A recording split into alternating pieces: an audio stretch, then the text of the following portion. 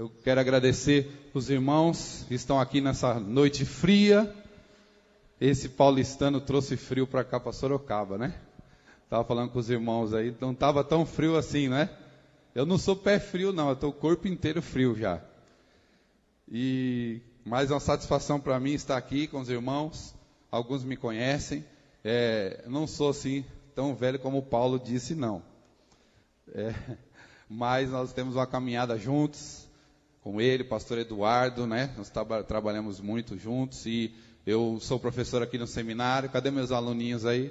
Posso ouvir um amém, alunos? Levanta a mão aí, quem é meu aluno aí? Oh, aleluia. Quem não é ainda, pode ser, né? Fazendo a propaganda aqui do seminário aqui, que os irmãos têm a extensão do seminário. E o pastor Eduardo me chamou para ministrar essa palavra do Salmo 91. Vocês estão aqui numa série de mensagens e eu gostaria de convidar você a ficar com a sua Bíblia aberta no Salmo 91 para nós trabalharmos esse tema. O pastor Eduardo disse que eu tenho até 10 para meia-noite, amém? Oh, glória. Está frio mesmo, você vai sair lá fora para quê, irmão? Chega mais pertinho do irmão que está do seu lado aí. Chega mais pertinho dele aí, dá um abracinho nele assim. Fala, vamos ficar junto aqui. O Salmo 91 foi me dado como tema. O abrigo, que é o assunto que vocês estão meditando. E foi me dado esse tema. Deus é abrigo quando estou com medo. E eu gostei dessa frase que foi colocada, né? Para onde correr quando enfrentamos situações difíceis e inexplicáveis em nossa vida. O Salmo 91 você conhece, ele é famoso, é o texto clássico da palavra de Deus. O livro de Salmos está dividido em 5 livros. O Salmo 91 faz parte do 4º livro. Entre o Salmo 90 e o 106 está então esse Salmo 91. E dentro desse tema que vocês estão pensando, eu não sei se pode projetar textos bíblicos aqui, me ajude aí. Se não puder, a gente vai no esquema antigo mesmo. Cadê? Quem está com a Bíblia aí? Levanta a Bíblia aí. Oh, aleluia. Se não puder, eu vou falando os textos aqui. Se não puder ali colocar, você vai abrindo a sua Bíblia, que nós vamos meditar no Salmo 91, mas vamos meditar também em alguns textos da palavra de Deus, porque dentro desse tema eu estava pensando que é bem atual esse tema de abrigo e de segurança. Hoje há uma falta de segurança hoje. Estava vendo recentemente uma reportagem na televisão de pessoas investindo em proteção. Quanto dinheiro não se gasta investindo em proteção? Condomínios fechados, monitoramento de câmeras, alarme, segurança, carro blindado. Todo mundo faz isso e gasta dinheiro, muito dinheiro. Nessa reportagem, a pessoa de uma empresa de carro blindado disse que o seu negócio cresceu 30% só esse ano. E carros que são reblindados, porque já foram assaltados, já foram, levaram bala e tudo mais, e vai ser reblindado o carro. Há uma indústria em relação à falta de segurança, porque ninguém quer correr risco. Quem é que quer correr risco? Correr risco é algo que a gente está sempre evitando. Seguro de vida, quem tem seguro de vida aí? Plano de saúde, plano de prevenção, aposentadoria, tudo isso a gente faz para quê? Porque a gente não quer correr risco. Mas eu quero te dizer uma verdade, amado, nessa noite. A verdade é uma só. Nós estamos sempre correndo riscos. Fala para o seu irmão do lado aí, me ajuda a ministrar. E fala aí, você está correndo risco aqui. Está correndo risco de ser abençoado, amém? Mas também estamos correndo risco, amado. Não precisamos morar no Rio de Janeiro para pensar só em segurança. Estamos correndo risco, né? Doenças, bala perdida. Ô, pastor, misericórdia, está amarrado. Mas nós estamos sujeitos a um monte de coisas, né? Demissão e até mesmo a morte. Estamos sujeitos, somos seres humanos. Quando estamos aqui nessa terra, nós estamos vivendo uma condição. Mas a grande verdade é que nós temos esse medo e precisamos de abrigo e precisamos trabalhar com esse medo. E o sentimento-chave aqui nesse texto do Salmo 91 é a proteção, é o abrigo em relação ao medo. E não sei se você conhece, existe o ciclo do medo. Ciclo do medo. Quem tem medo acaba ficando inativo. Quem é inativo, ele não tem experiência, fica inexperiente. E uma vez que está inexperiente, ele não consegue ter eficiência, não é capaz, então ele fica incapaz. E quem é incapaz tem medo de fazer as coisas. E assim vai um ciclo do medo. Medo, inatividade, inexperiência e incapacidade. A pessoa que tem medo é inativa, não tem experiência, não é capaz e por isso tem medo. E o ciclo do medo vai então se perpetuando.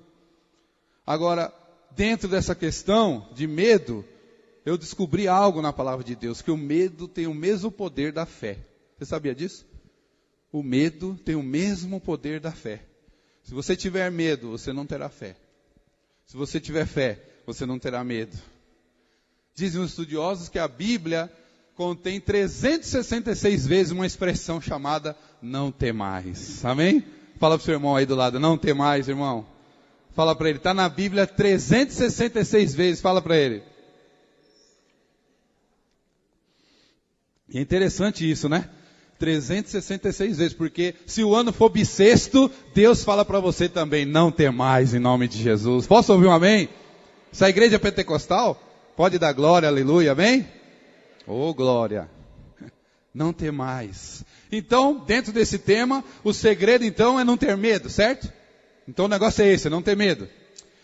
Mas se eu disser para você que o medo é um sentimento humano, medo é um sentimento humano. Você lembra lá de Gênesis 3:10?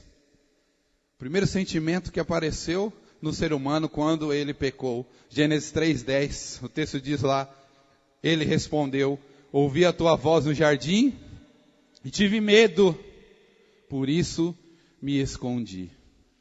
O primeiro sentimento que aparece no ser humano é medo. Então como que a gente vai poder tirar o medo? Ou evitar o medo se o medo está dentro da gente. Então eu pensei que aquela pergunta, que eu gostei tanto no início, ela tem que ser reformulada. Porque para correr das dificuldades e situações inexplicáveis da nossa vida, temos que pensar bem, porque como nós vamos correr de nós mesmos? Porque o medo está dentro de nós. Como nós vamos correr de nós mesmos? Então a pergunta, eu quero refazer a pergunta, e essa pergunta que nós vamos analisar aí no Salmo 91. O que fazer para superar o medo? Você pode falar comigo? O que fazer para superar o medo? Pergunta para o seu irmão, o que fazer, irmão, para superar o medo? Porque não dá para correr de nós mesmos. Temos que superar o medo.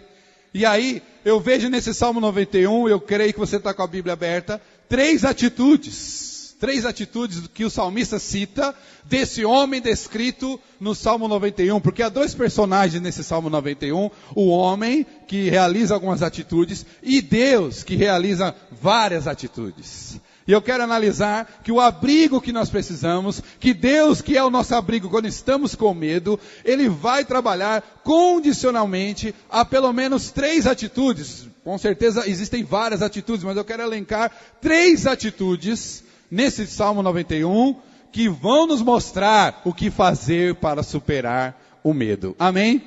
Você quer descobrir isso? São três versos. Primeira coisa aí está no verso 1 e 2, que eu coloquei a seguinte questão. Para superar o medo, devo permanecer. Você pode falar comigo? Para superar o medo, devo permanecer. Olha o Salmo 91, verso 1 e 2. O que habita no esconderijo do Altíssimo e descansa, diz ao Senhor, meu refúgio e meu baluarte. Há algumas palavrinhas interessantes que eu quero que você preste bem atenção. O texto no Salmo 91, verso 1 diz habitar. Habitar é morar, é permanecer debaixo do teto, ok? Minha especialidade é grego, mas o Salmo 91 no original está no hebraico. E o hebraico, a palavra aí de habitar quer dizer yashab. Fala aí, yashab. Fala para o seu irmão, yashab. Você já sabe falar uma palavra em hebraico.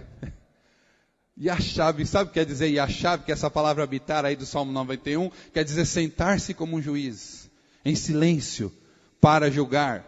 Ou então, refletir, compromisso de permanecer continuamente num lugar. Olha que interessante, a palavra quer dizer permanecer. No grego, a palavra equivalente seria oikos, que é casa, edificação. O salmista diz que o medo é superado por aquele que habita. O texto está dizendo aquele que habita, amém? Aquele que habita, não é aquele que passeia, ele não fica uma temporada de férias, ele não visita, não faz uma visita rápida, ele habita no esconderijo do Altíssimo, aleluia. Ele habita. É interessante isso. O habitar aqui em Deus significa permanecer. Não é só no socorro, e quando passa o socorro, a gente esquece desse abrigo, como nós fazemos na chuva, quando estamos pegos, ou quando somos pegos de surpresa por alguma chuva, a gente procura um abrigo, procura uma marquise para se colocar, para não nos molharmos muito. Mas quando aquela chuva passa, rapidamente nós saímos dessa marquise. Não é essa a intenção do salmista aqui. Ele está dizendo que aquele que habita no esconderijo é que vai enfrentar os seus medos. E Jesus faz eco a esse salmo lá em João 15. Abra sua Bíblia aí que eu estou vendo que não está passando aqui. Então, eu gosto. Mas o barulho que eu mais gosto, depois do louvor, é o farfalhar da Bíblia. Cadê o farfalhar? João 15. Cadê as Bíblias mexendo aí? Oh, aleluia. Como eu gosto desse barulho. Vou fazer na minha aqui. Está ouvindo aí? Esse é o barulho que eu mais gosto. Porque é o barulho de pessoas que estão conferindo na Bíblia se o pregador está dizendo é isso mesmo. Tem crente bereano aqui, dá um glória. Ixi, só 3 irmãos são bereanos. Tem crente bereano aqui, dá um glória. Oh, aleluia. João 15:5, eu sou a videira, vós os ramos. Quem permanece em mim e eu nele, esse dá muito fruto, porque sem mim nada podeis fazer. Aleluia. Quem permanece em Deus. Jesus está dizendo quem permanece em mim. É para habitar, não é para passear. Então aí já começamos a pensar nisso. Da primeira coisa, que quem vai superar o medo é aquele que permanece. O salmista está dizendo, nesse salmo maravilhoso e conhecido, de pessoas que leem para buscar esperança e abrigo nesse salmo, o salmista está aprofundando um pouquinho, dizendo, olha, não é só passar os olhos no salmo, olha, não é só passar numa vida com Deus, precisa permanecer, precisa habitar. Você, quando era criança, alguns ainda são, brincou de algumas brincadeiras na infância. Quem já brincou de pega-pega? Está com você, não está com você, está com você. O esconde-esconde. Brincadeiras que brincamos na infância. Eu quero dizer sobre essa questão do abrigo, do esconderijo aqui. No pega-pega, a gente pegava e caía correndo um atrás do outro para pegar. Mas aí, quando a gente estava cansado, tinha um lugar para a gente ficar e as pessoas não podiam nos pegar. Como é que era o nome? Como é que era o nome? Que cada lugar é diferente, né? Lá no Lausanne, onde eu vi, chama Pix. Quem pegou no Pix aí muito tempo? Eu estava pegando, aí quando estava assim, aí ia lá, Pix! Normalmente era no carro, né? Numa árvore, em algum lugar. Aí a pessoa que estava pegando ficava assim, né? Vai, 5 segundos no Pix. E aí rapidinho a gente saía, o Pix era o nosso refúgio. E o esconde-esconde? Tinha aquele lugar, quem tinha aquele lugar preferido de esconder no esconde-esconde? A gente brincava na minha rua lá, era a rua inteira brincando, o último salva-todos. Meu Deus, aí eu ia para casa, almoçava, ficava lá vendo televisão, o pessoal procurando, cadê o Leandro, cadê o Leandro? Aí no final eu chegava lá, 1, 2, 3, Leandro, salva-todos, todo mundo, porque eu tinha um lugar preferido para me esconder. E eu estava pensando sobre isso, em relação a esse salmo. Deus tem um abrigo para todos aqueles que necessitam de fôlego e de descanso. Está precisando de fôlego, irmão? Está precisando de descanso? O Senhor é o teu abrigo, em nome de Jesus. Aleluia. Mas o que Deus quer não apenas te dar esse fôlego, esse descanso. Ele quer que você entenda que a presença de Deus não pode ser um lugar de transição para nós. Um lugar que a gente vai só quando tem problema. Um lugar que a gente vai de vez em quando. A presença de Deus não é um Pix. A presença de Deus não é um lugar para a gente ir de vez em quando. A presença de Deus é um lugar para permanecer, para confiar. Tem vezes que a gente está tão atribulado. E entender isso é uma verdade libertadora.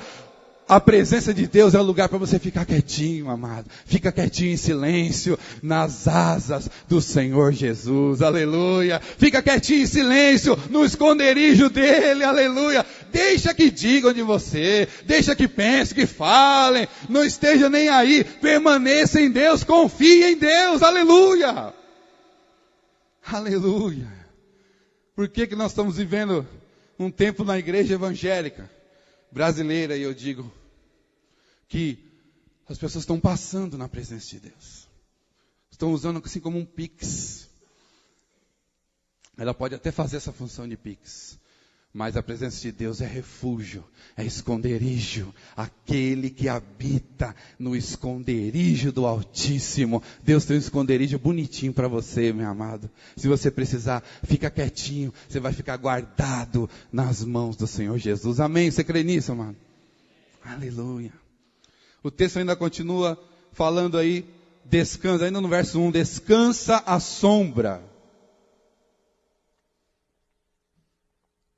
Descansa a sombra do Onipotente. Outras versões dizem descansa a sombra do Todo-Poderoso. Quando fala descansar a sombra, dá uma ideia de uma sombra assim gostosa, tranquila, né? Num lugar, pensa um sol escaldante, aquele 40 graus à sombra, e aí você tem aquele sol escaldante na cabeça e você vê uma árvore. A árvore te dá sombra. Quem já ficou debaixo de uma árvore assim? Aquela sombra gostosa, tranquila. E você fica ali. Essa é a ideia aqui do texto. Descansar à sombra. Estamos seguros se permanecermos na sombra. Mas eu estava pensando, aprofundando mais no texto. Em relação à sombra. Pensa comigo. Só há sombra na luz. Só há sombra na luz. Se tiver tudo escuro, tem sombra? Não. Só há sombra na luz. Isso diz algo para nós. A sombra, aqui no sentido de descanso. Não adianta procurar descanso nas trevas.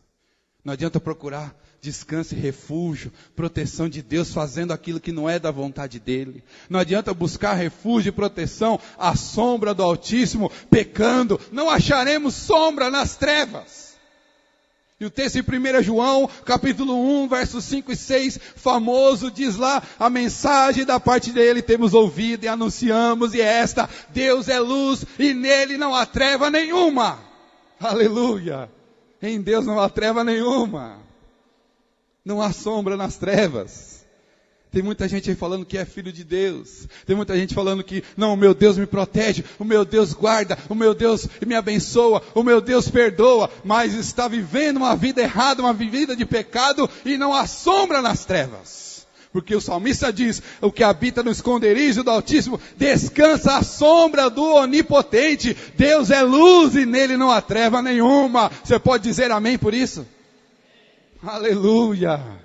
Não há sombra nas trevas. Então quem trata a presença de Deus como um Pix e não como um esconderijo, quem não quer descansar no poderoso, quem não entende que é na sombra da luz do Senhor, não permanece nele, por isso não consegue superar os seus medos. Porque como eu disse, não dá para correr de nós mesmos.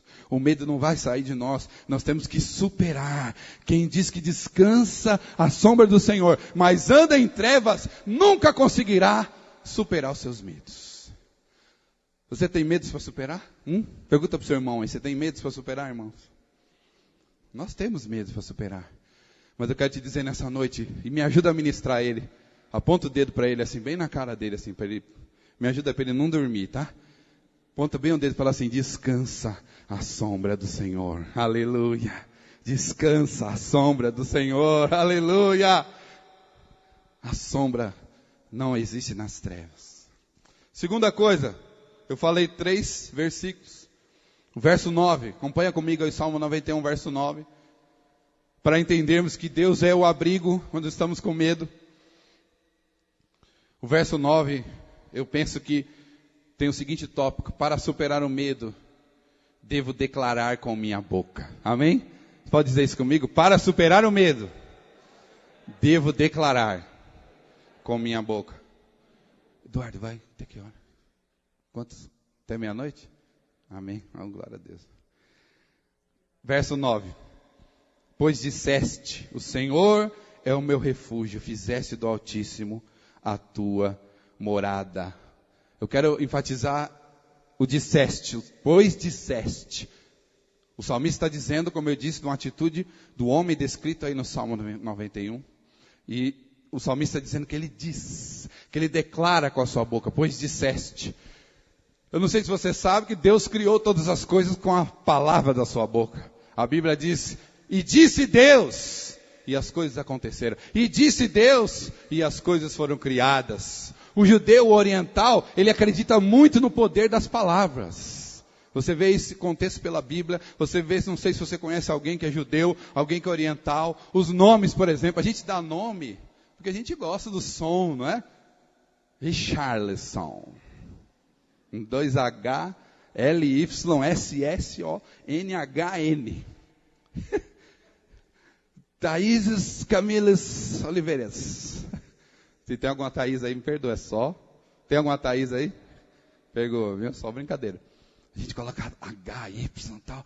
Ah, por quê? Ah, não sei, é bonita. A gente põe nome porque a gente gosta do som. O oriental não. O oriental, o judeu, ele coloca o nome por causa de alguma situação que aconteceu.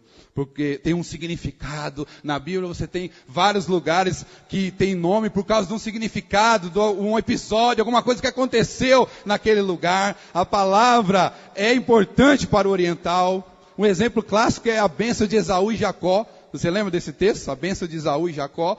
Você conhece a história? Isaac foi enganado.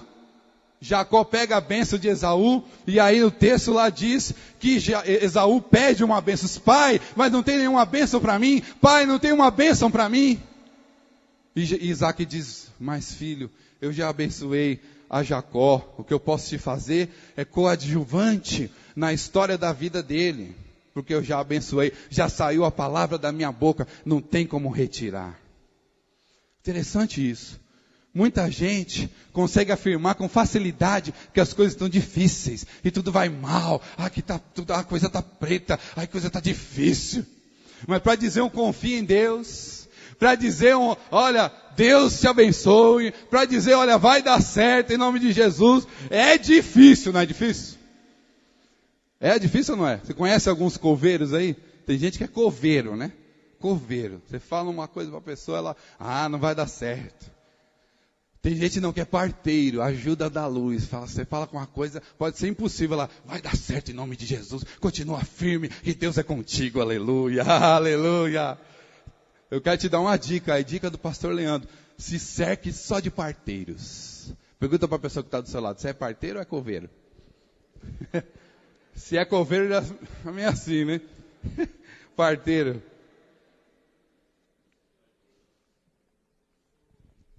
O pastor Jorge Linhares tem uma mensagem chamada Ladrão da Alegria. Vocês já ouviram essa mensagem? Ladrão da Alegria. Eu achei interessantíssima. Porque, eu vou resumir aqui, ele vai com um irmão conhecido e vai na casa de uma pessoa que estava construindo, se eu não me engano. E aí, a pessoa fala, olha pastor, a porta que eu coloquei aqui na minha casa. E ele levou uma pessoa junto, que é o ladrão da alegria. E aí, quando o rapaz fala, olha pastor, a porta que eu coloquei na minha casa. O camarada, essa porta aí, rapaz, empena. Qualquer solzinho empena essa porta. Aí o pastor olhou meio assim, aí, vamos pastor, entra aqui em casa. Eles entraram e tal, aí vão no banheiro. Mármore, aquelas, né, a privada, tudo aquela coisa. Aí o outro, olha pastor que legal, o outro, essa marca aí é ruim, nossa, que coisinha bateu, quebrou. Aí vamos na cozinha, aí vai na cozinha também aquela mesa, né, o pessoal faz estilo americano, a geladeira, tudo. Aí o camarada já olha assim, essa geladeira aí dessa marca é ruim, meu Deus, você pagou tanto? Paguei quanto? Olha, em tal lugar ali eu paguei muito menor. Aí você pagou de besteira. Aí o pastor não aguentou mais, olhou assim e falou, ô boca do capeta, o ladrão da alegria, cala a boca, misericórdia. Olha o carro, olha, comprei o carro, camarada se matou 60 meses, tem a Bíblia para pagar. Tem gente que tem a Bíblia para ler, a Bíblia para pagar. Posso ouvir um amém? Tem gente assim aqui? Tem a Bíblia para pagar. Aí mostra pro camarada, olha que vitória que eu tive. Finalmente consegui um carro. Aí o cara, você comprou hoje a tanto, amanhã já a tabela FIP já caiu. Cala a boca. Sabe por que é interessante eu peguei esse exemplo? Porque o diabo não precisa de muita coisa, amado. O diabo só precisa de uma boca. O diabo só precisa de uma boca. Se o diabo conseguir a boca de alguém, com uma boca, o diabo destrói a vida de muita gente. Imagina a boca do cristão. Deixa eu cutucar aqui. Imagina alguém que é do ministério de louvor. Usa a boca para cantar. E é um ladrão de alegria em casa, é um ladrão de alegria no trabalho, aí quer superar os seus medos, aí quer que o Senhor proteja, aí quer abrigo, não tem como, não tem, sabe por quê? Porque para superar os medos, eu tenho que declarar com a minha boca, o Senhor é o meu refúgio, eu tenho que confiar nele, meio em qualquer dificuldade, aleluia. E eu aprendi uma coisa no meu ministério, amado, cedo no meu ministério eu aprendi uma coisa, Deus honra decisão. Amém? Eu vou repetir isso para você. Deus honra decisão. Quando você não declara, enquanto você não declara, Deus não vai agir. Enquanto você fica assim, só pensando, refletindo, será, imaginando, como seria bom se algo acontecesse. Se você não declara, se você não decide, nada vai acontecer. Quer um sofá novo, minha irmã? Joga fora o velho.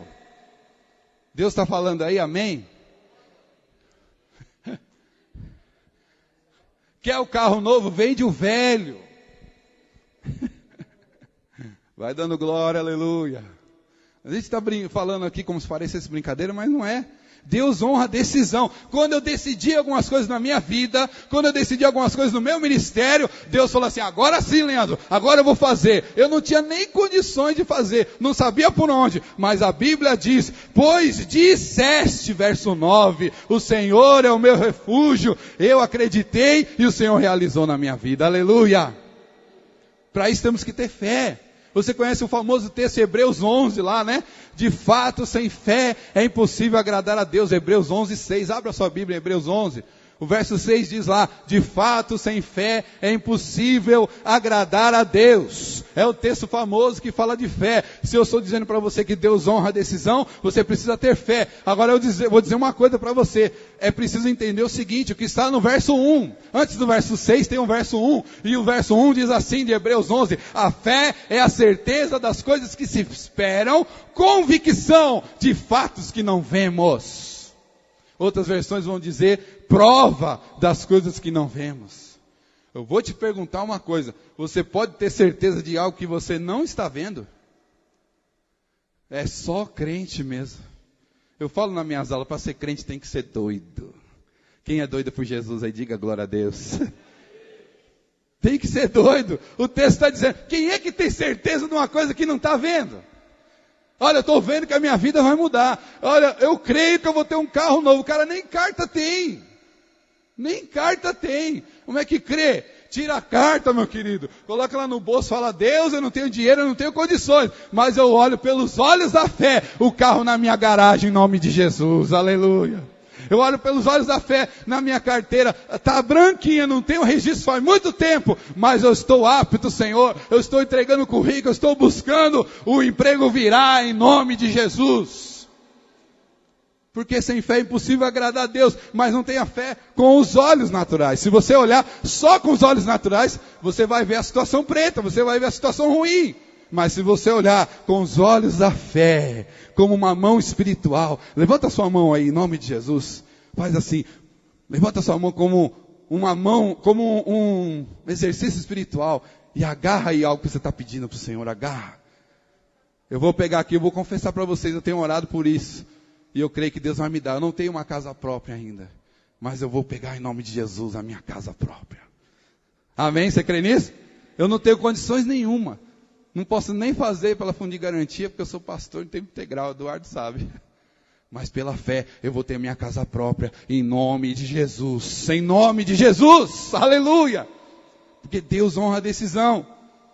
Então, Se você declara, você supera o medo. Olha o verso 9, e lá no verso 2 também repete. Pois disseste, quando você diz com a sua boca, quando você declara, o medo se dissipa, todo medo se vai, aleluia. Agora, se você fica só pensando, só imaginando, só refletindo, e não declara, Deus não vai fazer muita coisa.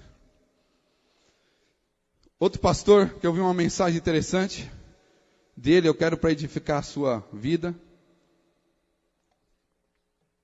citar o pastor Marcos Gregório, Ministério Apacentar. Ele falou numa pregação que Jesus falou com a figueira e a figueira atendeu. Não sei se você já viu essa mensagem. E ele disse assim, Jesus em João 14:12 diz que Jesus declarando que nós faríamos as obras que ele fez e até maiores fará. Você crê nisso? Crê nessa palavra de Deus? É Jesus falando, você crê? E aí ele disse uma coisa que pode parecer engraçado, mas eu não queria que você desse risada, eu queria que você ouvisse e a sua fé fosse aumentada. Ele disse assim, Jesus falou com a figueira e a figueira respondeu, seja para bem, seja para mal, esse princípio. Então por que você não fala com a sua geladeira? Fala com a sua geladeira, seja próspera, não tenha só água gelada não, tenha marmita, tenha mistura, seja próspera. Por que você não fala com a sua geladeira? Se Jesus falou com a figueira, é o mesmo princípio. Por que você não fala com a sua carteira profissional? Carteira profissional tenha registro, tenha um emprego bom e estável em nome de Jesus. Por que você não fala com a sua empresa? Empresa, tenha contratos, tenha uma carteira de cliente estável, clientes fiéis, em nome de Jesus. Por que você não fala com o seu ministério? Ei, ministério, cresça, se desenvolva, trabalhe, faça algo na igreja para que Deus planejou. Por que você não fala com a sua doença? Fala assim com a sua doença, sai da minha vida doença, porque Deus não me criou doente, sai da minha vida, sai enfermidade, em nome de Jesus. Declare com a sua boca, como o salmista diz, o Senhor é o meu refúgio, o Senhor é a minha morada, aleluia. Você pode dizer glória a Deus, aplaudir ao Senhor por isso. Declare com a sua boca, meu amado, diga com a sua boca, aleluia, aleluia. Isso não é confissão positiva não, não é culto da vitória, é a palavra de Deus. Se você não falar, se você não declarar, as coisas não vão acontecer. É um princípio que a palavra de Deus diz. Agora, cuidado com o exagero, tá? Tem um pessoal aí pregando o evangelho da revolta. O evangelho da determinação. Eu determino, vai acontecer. Eu estou revoltado, estou revoltado. Se revolte com a postura de cliente. Se você é cliente, você tem o manual de defesa do consumidor. E você tem todos os direitos salvaguardados nesse manual. Mas vou dizer uma coisa para você, Deus não é seu fornecedor, você não é cliente de Deus. Não há espaço no reino de Deus para posturas de clientes, para postura de exigência. Se Deus não fizer, eu rasgo a minha Bíblia. Se Deus não fizer, eu paro de louvar, eu paro de dar o dízimo. Então paro, porque Deus não é seu fornecedor, Deus é o Senhor e soberano sobre a sua vida. Ele tem compromisso de dar abrigo com quem declara, o Senhor é o meu refúgio. Pode estar tudo mal, pode estar tudo ruim, nenhum abrigo, mas ele declara com a sua boca, o Senhor é o meu refúgio e a minha morada, eu habito nele e as coisas melhorarão em nome de Jesus. Aleluia. Só vai superar o medo quem declarar. Tem muita gente vivendo com medo, inclusive de abrir a boca. Então, fala para o seu irmão aí, abre a boca, meu irmão. Abre essa boca e confia em Deus, meu irmão. Declara, em nome de Jesus. Terceira e última coisa, verso 14. Aleluia. Porque a mim se apegou com amor. Eu o livrarei, pô-lo-ei a salvo, porque conhece o meu nome. Terceira coisa, para superar o medo, eu devo me apegar a Deus. Você pode falar comigo? Para superar o medo, devo me apegar a Deus. A palavra nesse texto aqui, eu li na atualizada, diz se apegou com amor. Se você tiver a corrigida, por exemplo, está dizendo assim, encarecidamente me amou. Se você tiver a NVI, está dizendo simplesmente porque ele me ama, não é isso? Eu fiquei pensando sobre isso, sobre se apegar com amor, que está na minha versão, mas que tem o mesmo sentido em outra versão que você está aí. Rapidamente eu quero te contar uma historinha sobre um personagem da Bíblia chamado Levi. Levi, você conhece Levi? Levi, no hebraico, significa apego. Apego. E eu acho interessante porque quando Lia dá esse nome para Levi, ela estava com aquela disputa com a sua irmã e rival, que é Raquel. Jacó era casado com as duas. E quando Levi nasce, ela põe esse nome, como eu disse, porque o nome para o judeu, para o oriental, tem que ter um significado. Quando ela tem Levi, ela pensa assim, agora Jacó se apegará mais a mim. Jacó se apegará com amor, ficará mais próximo de mim. É isso que quer dizer o nome de Levi.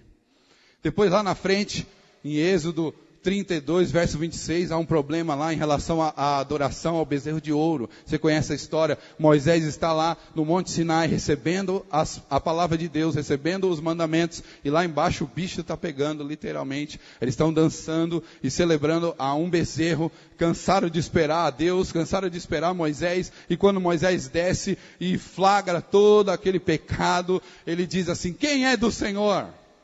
Quem está contra mim?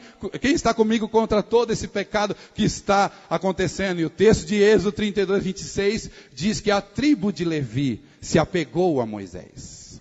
A tribo de Levi se apegou a Moisés, ficou mais juntinho, fez jus ao seu nome. Trazendo para os dias de hoje, nós somos batistas independentes.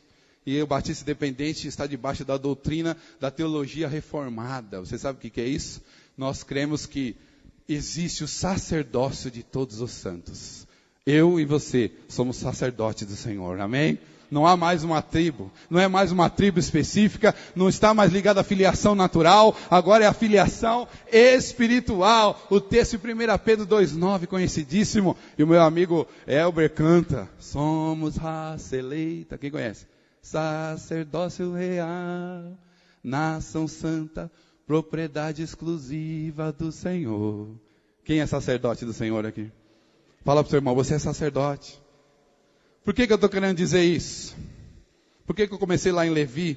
Por que eu estou colocando essa história? Eu quero dizer para você o seguinte, o ministério levítico não existe mais. O ministério levítico não é mais autêntico no sentido de fazer validade para nossos dias. Mas os princípios do ministério levítico podem ser trazidos para hoje. Os princípios que Deus estabeleceu lá, podemos trazer para hoje. E há um princípio maravilhoso, o princípio do ministério levítico que podemos trazer para os nossos dias. O verdadeiro levita é aquele que se apega com o Senhor.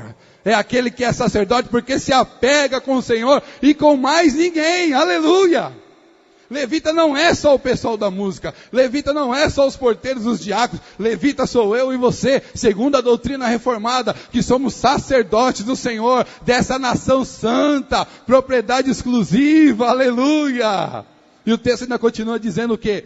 A fim de proclamarmos as virtudes daquele que nos tirou das trevas para a sua maravilhosa luz. Quantos foram tirados das trevas aí para a maravilhosa luz? Dê um glória a Deus, aleluia! Você foi chamado para ser sacerdote. E o texto de Números 18, 20, se você puder abrir, Números 18, 20, diz lá, na sua terra, é um princípio que podemos trazer para hoje, na sua terra herança nenhuma terás, e no meio deles nenhuma porção terás. Eu sou a tua porção e a tua herança no meio dos filhos de Israel.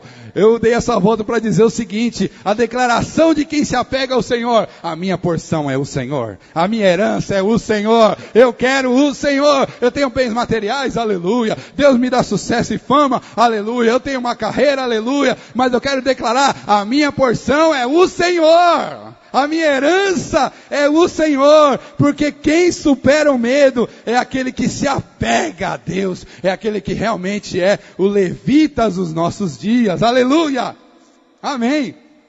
Porque tem muita gente com medo aí, porque não se apega em amor com o Senhor, porque não é levita nesse sentido, porque não vive o princípio da palavra de Deus. Quem não se apega, quem não ama o Senhor, não entendeu esse princípio. E tem muita gente que não consegue se desprender dos bens e valores materiais, por isso tem medo de perdê-los, por isso não se apega ao Senhor.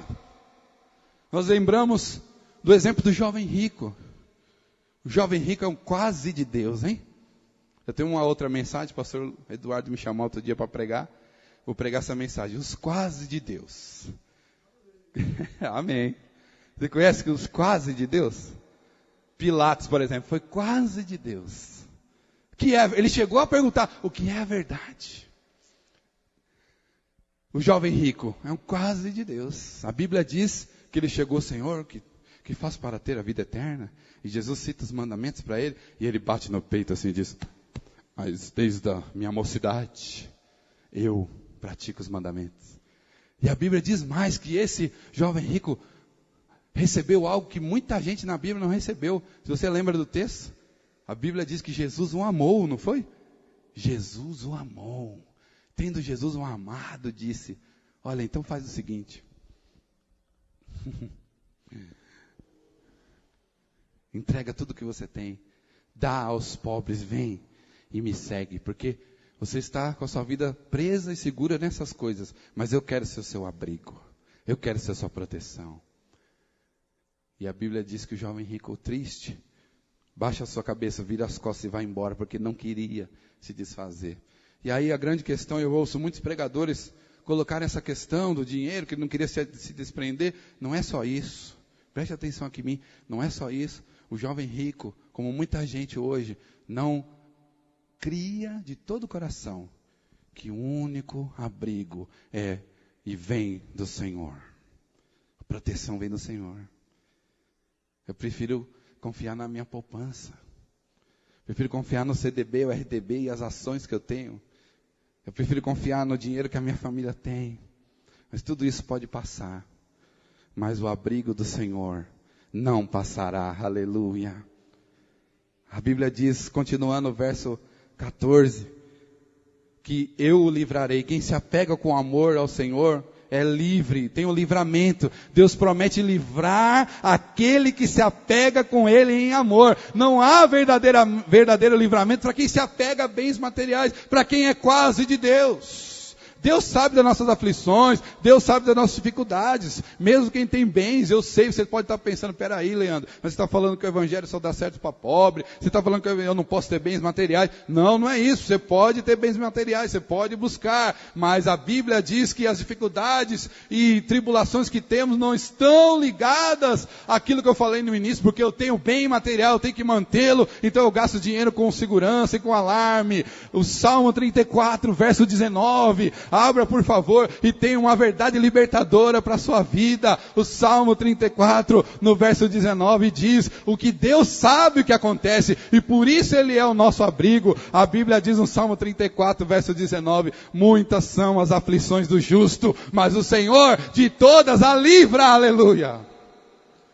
Deus sabe das suas aflições, muitas são as aflições do justo, mas o Senhor de todas a livra. Se você se apega em amor ao Senhor, como o texto está dizendo, você é justo, você vai receber o livramento do Senhor. Aleluia! Aleluia! O texto ainda diz, verso 14, conhece o meu nome. Na palavra de Deus está expresso esse princípio. Uma das maiores vontades de Deus é que nós conheçamos ao seu nome. Dar-lhe-eis coração para que me conheçam que eu sou o Senhor. Jeremias fala lá em 24:7. Conhecer a Deus é uma das nossas prioridades, ou deve ser uma das nossas prioridades. Pensa e responda para o seu coração. Conhecer a Deus é uma das minhas prioridades. O que tem a ver isso com abrigo, Leandro? Eu vou te dizer. Jesus coloca essa questão de conhecimento de Deus tão à frente, que a prioridade de conhecer a Deus está à frente, inclusive, de milagres e maravilhas que possam acontecer. Você conhece o texto de Mateus 7, 22 e 23? O Evangelho de Mateus 7, 22 e 23. Jesus está dizendo, muitos naquele dia hão de me dizer, Senhor, Senhor, porventura nós não temos profetizado em Teu nome não expulsamos demônios, em Teu nome não fizemos milagres. Jesus vai responder, então lhes direi explicitamente, nunca vos conheci. Conhecer a Deus está à frente de receber milagres e maravilhas. Quantos já receberam milagres do Senhor aqui? Quantos já receberam bênção de Deus aqui? Pode dizer um amém? Mas eu ouso dizer, que Deus te dá bênçãos e milagres, mas Ele quer muito mais que você o conheça. Porque Deus é Pai. Eu sou pai de 3 filhos. O Arthur e o Tiago estão aqui. E o que eles me pedirem, eu vou me esforçar para fazer, dentro da minha condição. Mas como eu gosto muito mais, quando ele deita assim, quando eu estou no sofá, e deita aqui assim, e fala, pai, eu te amo, vamos passar um tempo junto. O meu coração de pai se derrete, porque meu filho quer me conhecer mais.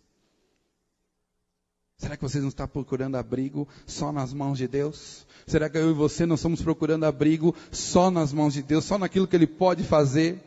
Quem não conhece a Deus, quem não conhece o Senhor, não costuma procurar socorro sempre como um abrigo, procura socorro só em tempo de livramento. Ou pior, se Deus não responder, procura em outros deuses. Tem gente que acende uma vela para Deus e para o diabo. Quem responder primeiro está valendo. Alguns dizem aí, já tentei de tudo, de Jesus à heroína, e nada resolveu o meu problema. Pensam que Deus é como um remédio, assim, uma bezetacil, que é a última dose. Se não funcionar, quem fica com a garganta aí presa? Quem já tomou bezetacil, levanta a mão assim, devagar. Devagar. Não tem jeito, né? Quando você está com a garganta e não tem jeito mais. Há uns meses atrás aconteceu isso comigo.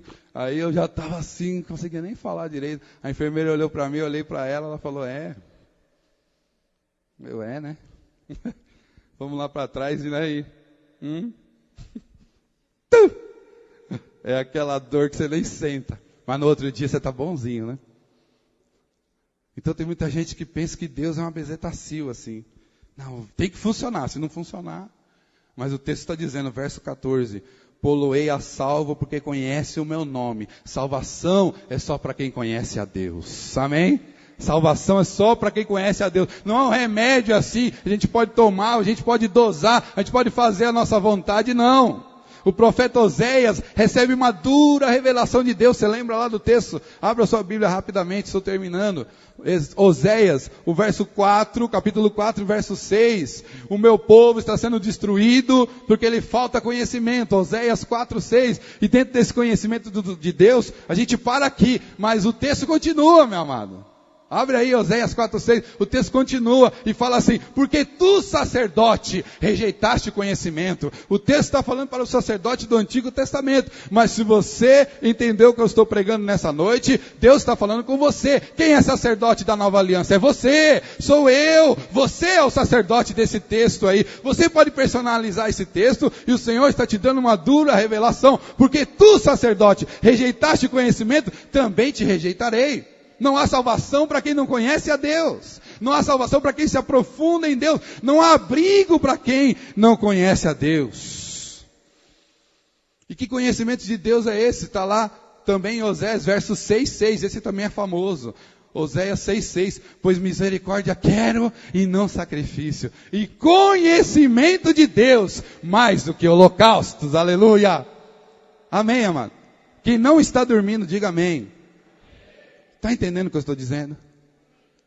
Conhecimento de Deus. A gente quer fazer sacrifício, a gente quer fazer holocausto, a gente quer fazer. Deus está falando, ei, misericórdia quero. Ei, holocausto é muito bom, mas tem o seu lugar. Eu prefiro o conhecimento de Deus. Você que é o sacerdote descrito nesse texto, eu quero te dizer, quem não deseja conhecer a Deus, sente o medo e a rejeição que vem de Deus, é o que o texto está dizendo. O Salmo 91, verso 14 está dizendo, poloei a salvo porque conhece o meu nome. Quem não deseja conhecer a Deus, fica com medo, sente-se esquecido por Deus. Eu quero te dizer nessa noite, amado, se apegue a Deus em nome de Jesus. Se apegue com amor, seja um levita realmente. Se apegue com amor, conheça a Deus. E pela palavra eu te garanto, os seus medos irão se dissipar em nome de Jesus. Quantos levitas nós temos aqui? Amém? Você é o levita da Nova Aliança. Se apegue com amor. Faça jus ao seu nome de Levi. Se apegue com amor ao Senhor. Aleluia. Amém. Volta lá no Salmo 91. Eu quero concluir.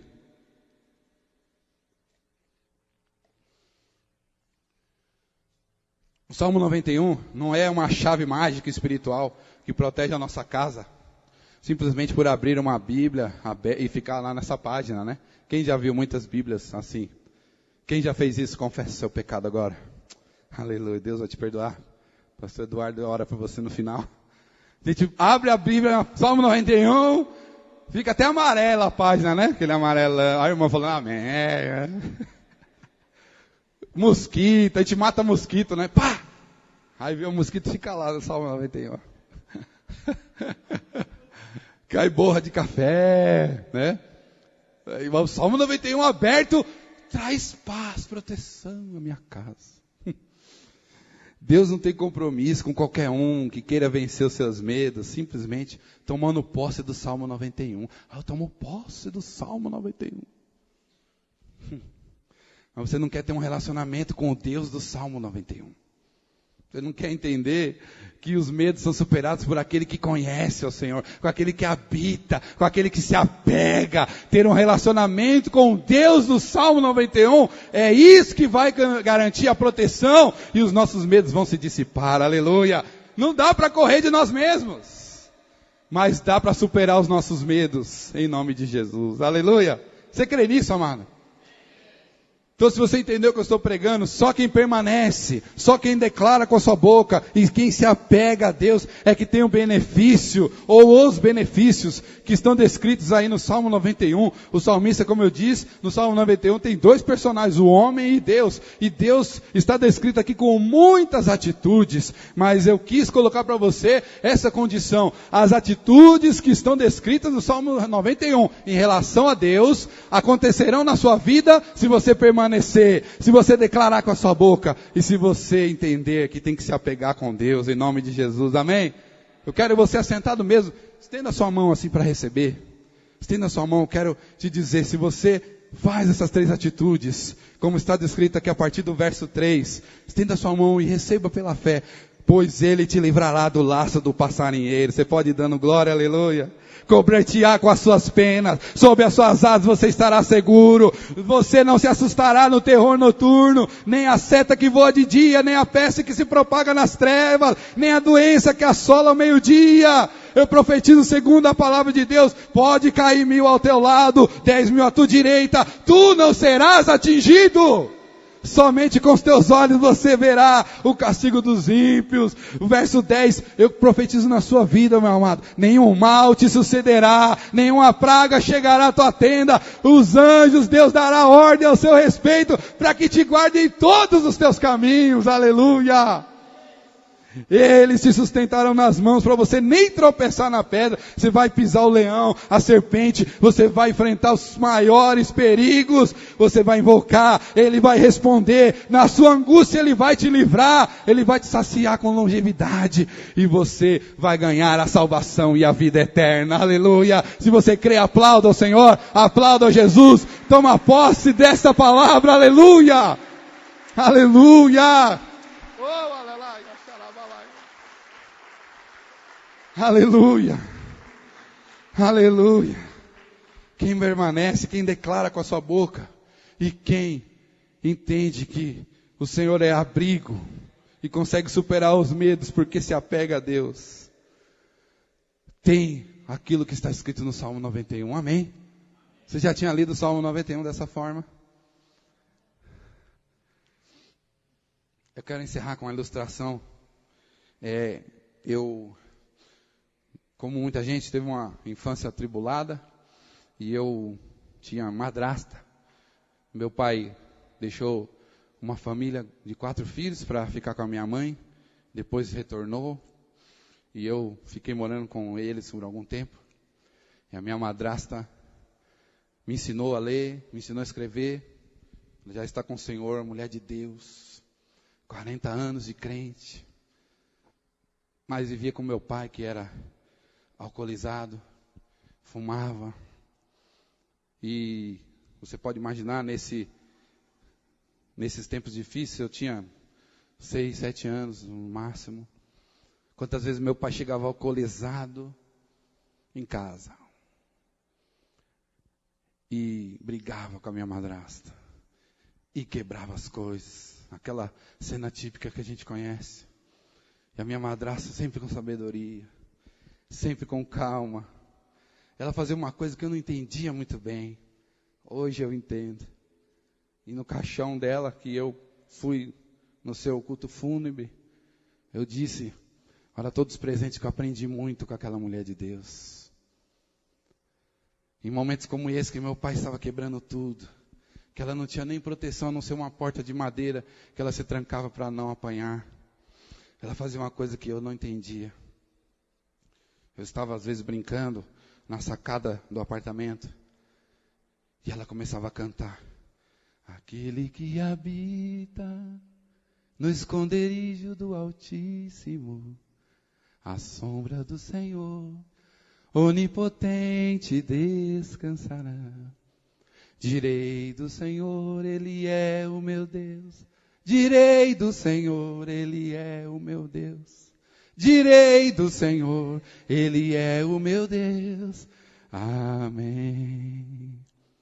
Aquele que habita no esconderijo do Altíssimo, à sombra do Senhor, onipotente descansará.